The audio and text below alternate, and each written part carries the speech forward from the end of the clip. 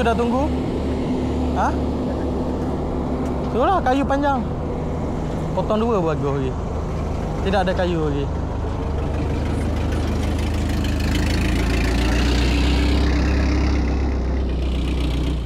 Ada ghostan.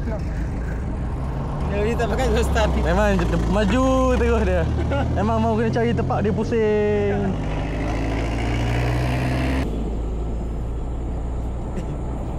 Abang dia punya rambut sudah macam landak sudah. Dia boleh beli bang. Kim.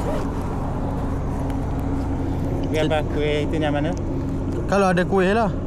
Ada yang kuih apa tempat abang balik tu kan. Dah lebih dia tu. Boleh lah, kami 3 orang. 1, 2, 4, 6, 8, 9. Boleh lah apa. 2, 3, 4, 5, 6, 7, 8. Campur-campur je lah. Ha? Ini 150. Ha? 150. Tidak apa. Biar okey tak? Tulis je berapa naik, berapa turun, tulis je.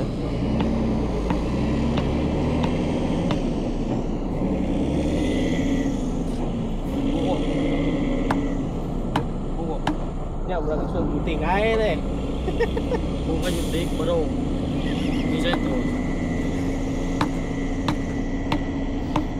Dah lah, dia dah apply dah cuti bulan 6. Aku cuti, dia cuti Sibai ni, geram aku. Kamu pergi miri. Tip pendek seorang-seorang, susah lagi nak buat kerja. Seorang-seorang lah cuti.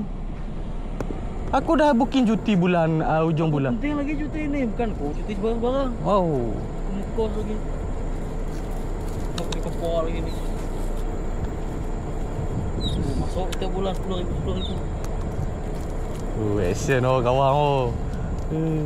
Boleh pergi ke Lokonia.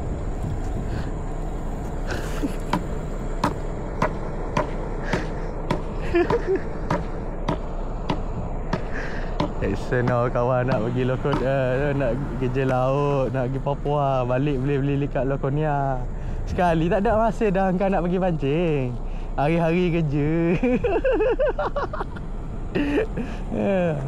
Itu jang Scorpion ke Zata ke, simpan tepi je lah kat rumah tu. Tak ada apa dah boleh buat.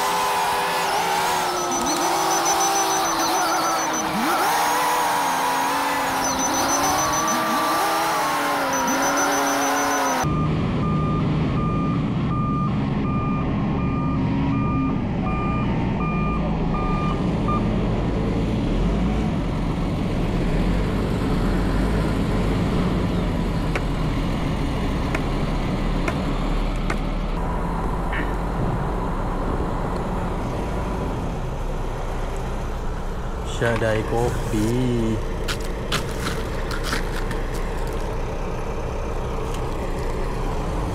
Pembalik belum buat.